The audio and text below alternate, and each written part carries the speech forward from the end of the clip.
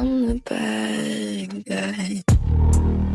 I'm the, I'm the bad. Hi everyone, and welcome back to Across the Gridiron. I'm Matt, and as always, I'm joined by my main man, my brother in football, Eddie, as we pick the bones of yet another drama-filled weekend of NFL. So, Eddie, what caught your eye this weekend, mate? Listen, if week with 13 and 14 was anything to go by, it was absolutely crazy. We had almost upsets. We had a crazy in football last couple of minutes, and we're going to delve into all of that. But first of all, before we do that, thank you all for tuning in to us, and please hit that like and subscribe button as well. And we'd love to hear from you. So let's have your take on it as well. But we've got to start. It was crazy over the weekend, absolutely crazy. Your Dolphins, I mean, but Absolutely, let's get absolutely. into it. Absolutely. Well, yeah, we'll pick out in this episode as always. We'll pick out three of the main games that caught our eye this weekend. We'll do touchdown and turnover, and we'll give our picks for Week 15. So before we go deeper into some of the key matches of the weekend, let's quickly recap what went down in Week 14. In the AFC, the Kansas City Chiefs claimed their ninth successive AFC West divisional title with a 19-17 victory over the playoff-chasing LA Chargers. The Buffalo Bills, on the other hand, despite the excellence of Josh Allen, lost to the LA Rams in an absolute barnstormer of a match by 44 to 42. The Pittsburgh Steelers more or less wrapped up the AFC North with another solid victory over the Cleveland Browns, whilst the Miami Dolphins came back to beat the New York Jets in overtime to keep their slim playoff hopes alive. In the NFC, the Eagles and the Lions tightened their grips on seeds 1 and 2 with close fought victories as the Lions beat the Packers 34-31 and the Eagles saw an improving Carolina Panthers 22-16.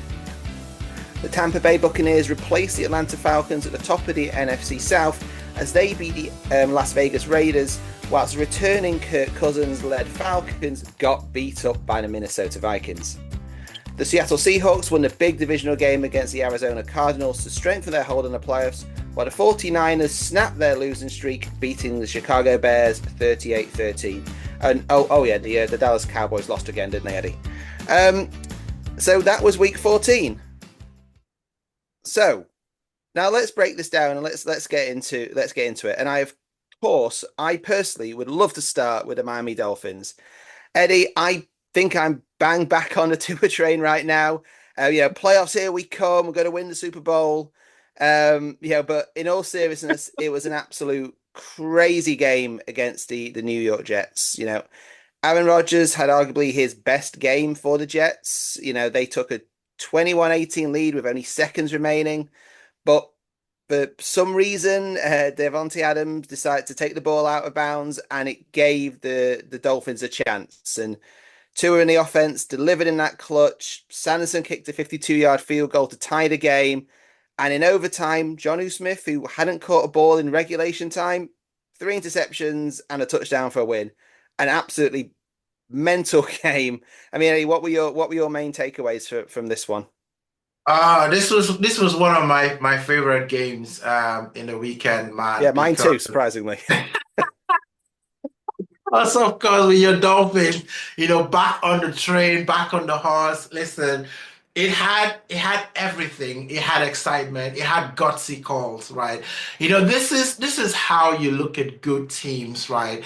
Who understand what it means to win. I think clock management. I know we talked about this last week with the Bears, about managing the clock. That is also part of the game. It's also an important part of the game.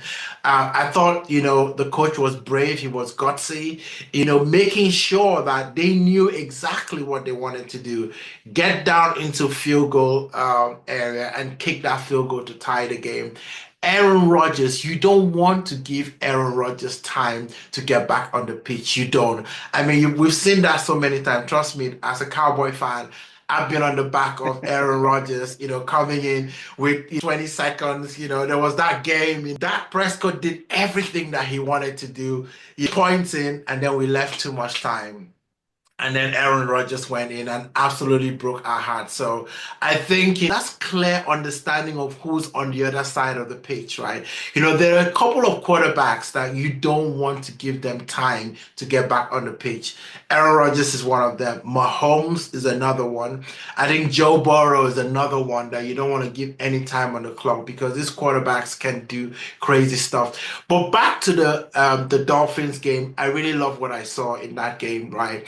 Tua looked himself. He wasn't flustered. And for me, if Tua is playing, you've always got a chance. You got defense. Defense came up clutch when they needed to. And then you got into overtime, and your offensive line just gave Tua time to survey the field, hit on the players that he needed to hit.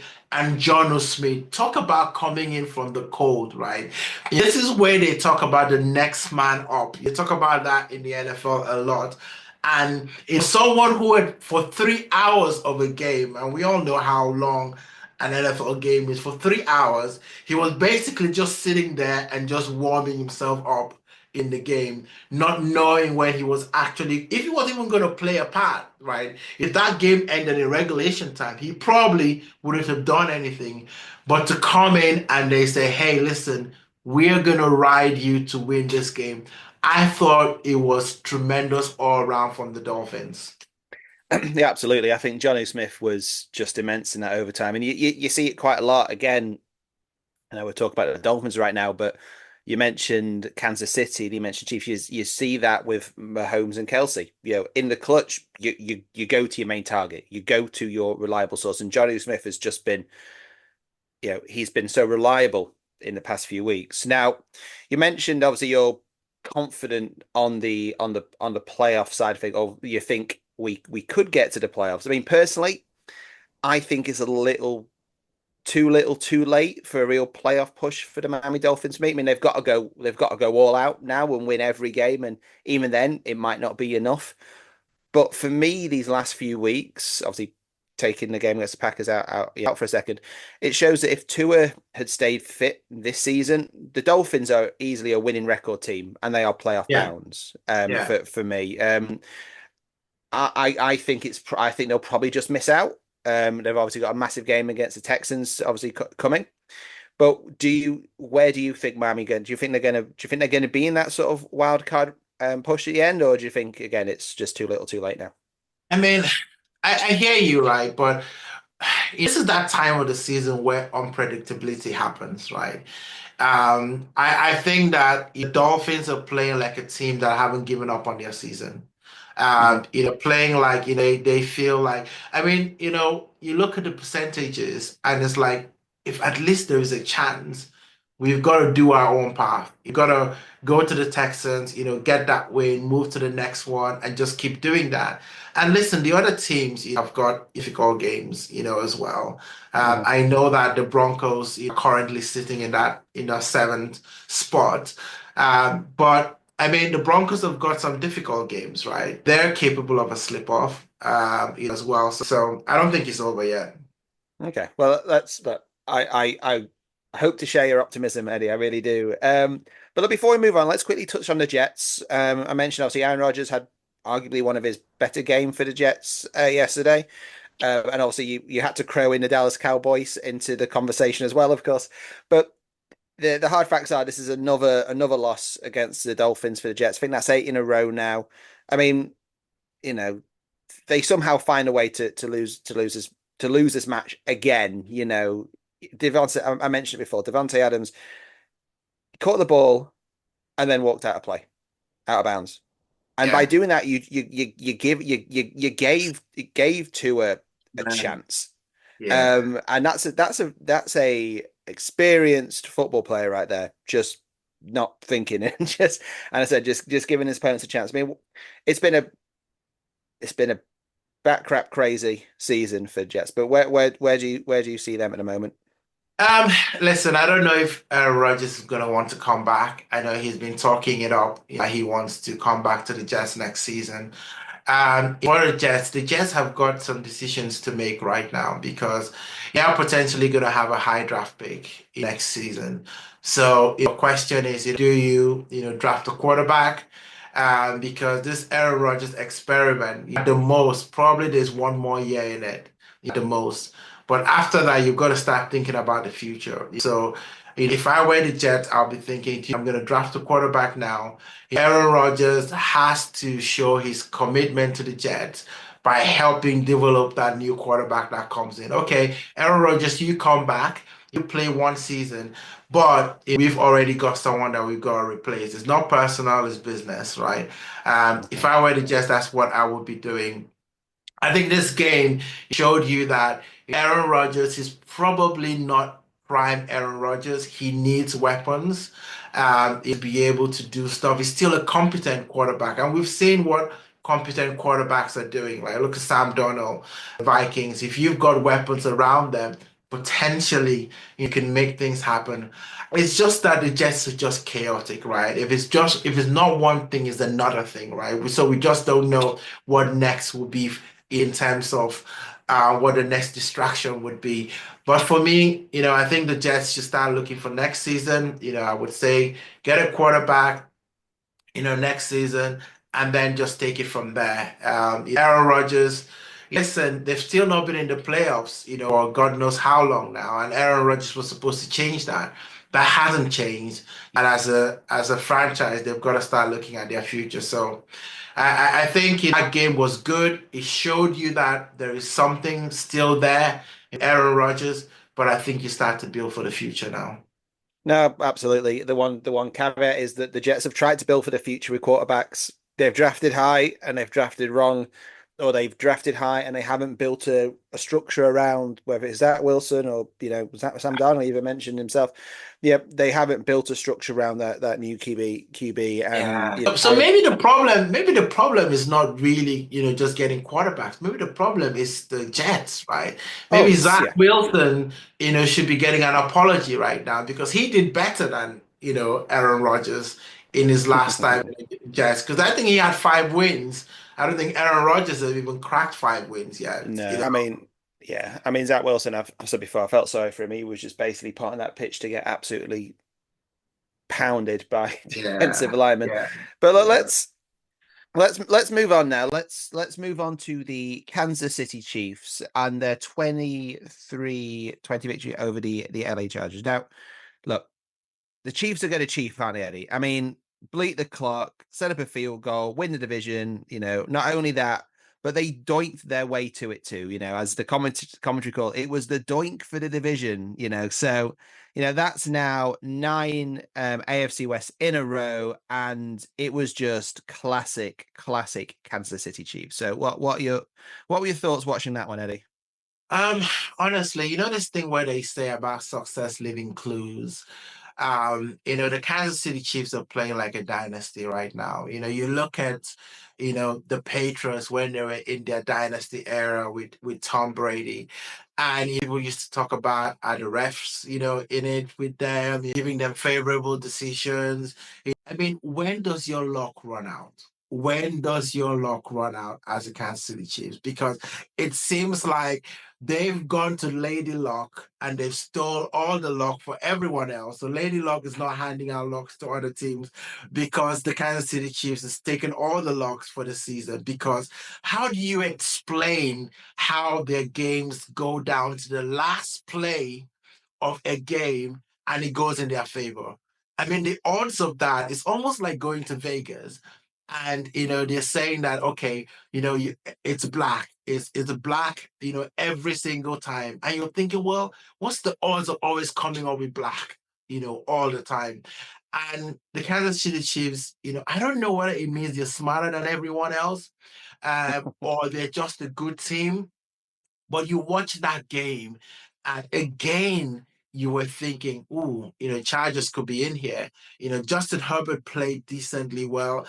The Chargers are not a bad team. They are a good team.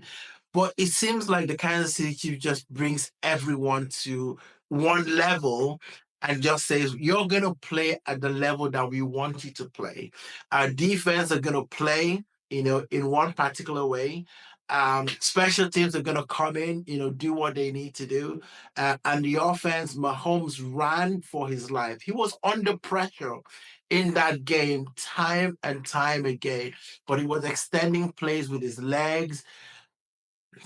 Honestly, I can only see them getting to the Super Bowl. This three-peat thing that everyone's been talking around about, I think is certainly going to happen for the Chiefs. Um, there is so much in that game that you can look at and say, how do you orchestrate this to go in your favor?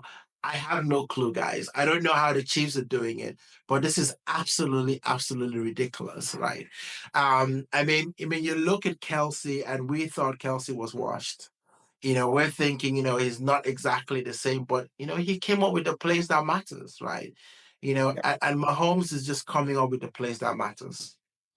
Yeah, no, I mean, the thing is with Kelsey, they've often kept him on ice, haven't they, early part in the season, and they could break him out, out of his glass box, break in case of emergency, the Travis Kelsey box, obviously he comes out and he makes these big plays. I'll just obviously correct myself at the beginning. I did say the score was 23-20 for some reason, because it was 19-17 to the Chiefs. But yeah, the question I would have, you said you're certain now that they're going to go to Super Bowl, if not win it. I'm This back three, again. yeah, you can't bet against them, can you? But the one thing I would say to that, I mean, is this really sustainable? I mean, look, you said the Chargers are a good team, playoff contenders themselves. But as you do get into playoffs, you're going to play bigger teams, you're going to play better teams, you're going to play teams with a better defense, and Mahomes has been hit, is getting hit, a lot, but they're still bringing out these wins. Is this reliance? Is this going to catch up with them in the playoffs? They've already lost to the Bills once this season. They are scraping through against the Panthers. They are scraping through against the Chargers. Is this just winning breeds winning mentality that they've got? Is this masterful coaching by Andy Reid, or do we just think that they are riding their luck and eventually someone is, they're someone's going to provide a mountain they can't climb over in the playoffs? See, if it was any other team, I would say, your luck's gonna run out. But I don't know if the Chiefs, have that in them. I mean, you keep saying this is the game. This is the game that they're gonna, slip off. I thought the Chargers was the game that they will actually slip off, because it's a divisional game. You get, all the dynamics, everyone knows themselves, you play, the team twice, every year. So you build for the team. But I think what it is with the Chiefs is that if you look at how long they've played in the playoffs, right? They've been in the playoffs, I think, 18 times now since Mahomes came into the league. That is the full season, right? The next team that have played the similar kind of games in the playoffs, probably the 49ers. Um, so it feels like these players know exactly what they're doing. Unlike other teams that are maybe stumbling into the playoffs, every 2 or 3 years. So it always feels new to those guys. I think for the Chiefs, they've played so many times in the playoffs that the situational football for them is become like muscle memory. And I think that's the only way to explain it, because they're doing stuff that you might think, well, how did they actually think about that? How did they orchestrate that? The clock management thing, I don't think that's a fluke. The fact that they're putting pressure, on the other teams, to either shank, the field goals or blocks and stuff like that. I'm beginning to see a pattern. And, maybe the details are changing from game to game, but I think the pattern is that the Chiefs are playing on their own terms in every single game and finding a way to win. So any other team, I'll be saying to you, the Rock's gonna lock out. But for the Chiefs, I can't go against them. In fact, I'm not picking against the Chiefs because they keep slapping me every time I do that. I'm sorry, Patrick Mahomes. I've learned my lesson. I'm not betting against you ever again. Yeah. Well, the only thing I've learned from that is that I'm never going to Vegas with you if all you're going to do is put money on black. Okay, well, let's move on. Obviously, the Chiefs roll on. They'll be the number one seed in the AFC, but let's move on to the number 2 seed in the AFC at the moment, or the current second seed in the AFC, I should say, which is the Buffalo Bills. And the reason why that number 2 seed is a little bit, well, it's not as comfortable as it was heading into the weekend, is that they were involved in a truly like amazing game, losing out to the LA Rams 44-42. Now, this was an absolutely awesome match. Puka Nacua sort of dominated, picking up yard after yards for the Rams. While on the other side, Josh Allen, he became the first ever QB to pick up both 3 passing and 3 rushing touchdowns in a single game. But it just wasn't enough. Eddie, what happened here, do you think? What do you put this down to? I think Stafford just showed he's a good player. I mean, this is a player that has won a Super Bowl.